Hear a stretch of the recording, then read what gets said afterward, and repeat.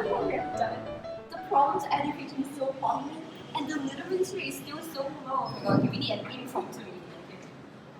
Oh man, I think students are lacking a platform for peer-to-peer teaching and for them to receive support once they leave school grounds, especially the needy students. This is probably why the literacy rate in rural areas are still low and not improving. Do you guys think we can use social media to facilitate the study of students? I think it's time to consider integrating social media into the education system to not only facilitate learning for everybody, but more importantly, close the gap of knowledge between needy students and wealthier ones. Yeah, you're right. I mean, everyone in the rural area are using social media quite frequently. The power of social media is insane. Do you know the number of active users who use Facebook in India?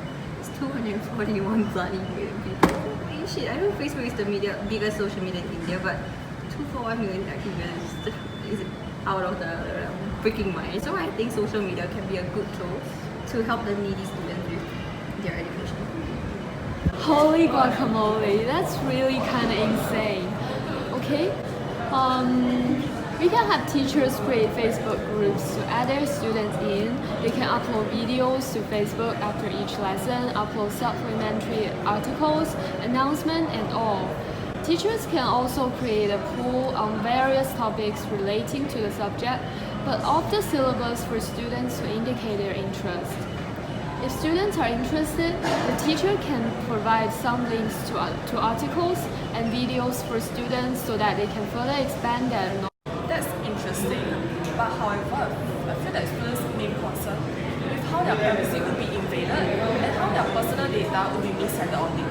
And therefore, even though we are doing this with an intention to help them, but then they may be paranoid, who may think that we are implementing this for the motive just to implement surveillance on their personal space. Also, they will also work only under the assumption that everyone can afford to go to school. Yeah, I mean it's unavoidable that this will make them more prone to hacking and all, but it will be extremely beneficial towards their learning. We can come up with stricter security controls to prevent such cybercrime and misuse of information from happening. Like maybe the two-factor authentication. Yeah, and you're right. I overlooked the fact that most people in the rural areas actually live under the poverty line. Like 1 out of 3 people in Bihar live under the poverty line. So there are people who cannot afford education, and it's a huge bunch of them. So maybe I think we can set up centers in rural areas for people who cannot afford school and technology. We can hire teachers to film educational videos and upload them on Facebook. In that way, teachers will be able to work at the comfort of their homes without traveling all the way down to rural areas.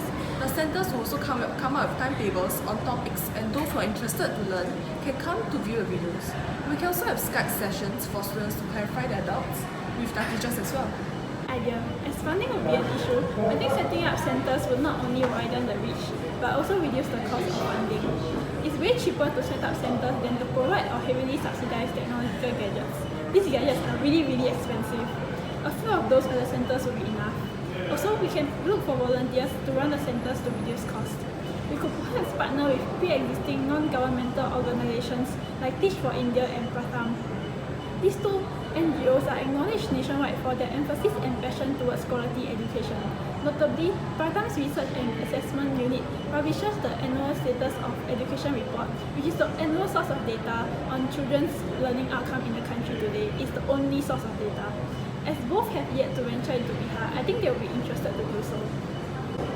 We can also look for sponsors and raise funds through social media. We can have people donate money through Facebook, which will go towards our funding. We can create a page that highlights the circumstance of the problem of education in India and journey how their funding has helped their students. This will allow people to see the good they are doing and encourage people to donate more and build trust between donors to let them see that their money is going towards the cause they donated for. Only with such measures, it will balance out the playing field between wealthy and needy students. Well, to test for the effectiveness of our proposed solutions, we will be using hypo-testing as our statistical approach. So our hypothesis is that our solutions have no effect, and hence the current literacy rate will remain at 63.82% in Bihar. Our alternate hypothesis is that our solutions will have an effect on literacy rate in Bihar, and the literacy rate will not be 63.82% anymore. So the sum of the type 1 error, which is the probability that we'll reject H naught when H naught is true, is alpha, which is 0.01. If the p-value is less than 0.01, means that we reject H naught at a 1% level of significance. And there is a strong evidence that our solutions have an impact. However, we will only be looking at the right tail as we aim to increase the literacy rate. We can first implement the solutions as a pilot project to test the effectiveness on 20,000 students from middle school to high school. Sampling will be done randomly so that there will be no or negligible bias. As the sample size is sufficiently large, we also can use central limit theorem to calculate the p-value using t-distribution as follows. The first limitation is that hypothesis testing does not imply exactly how much the average literacy rate in Bihar has been raised by our proposed solution. The second limitation is that hypothesis testing is built on the assumption that our solution is the only source that affects the literacy rate in Bihar. However, it can be affected by other external factors like national economic growth of India and raised household disposable income of people in Bihar. Other limitations include funding and privacy concerns, as government officials discussed before, and we already incorporate solutions to curb them as much as possible.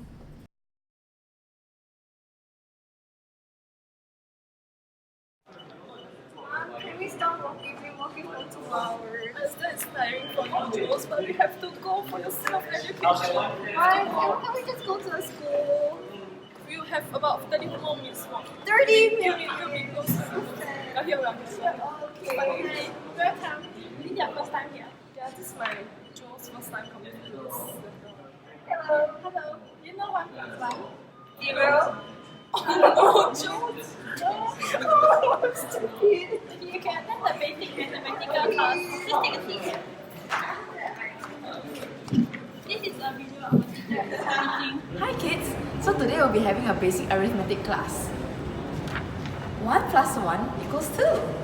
Ooh, that's all. Oh, I know what's 1 plus 1 better. It's 2. Congratulations.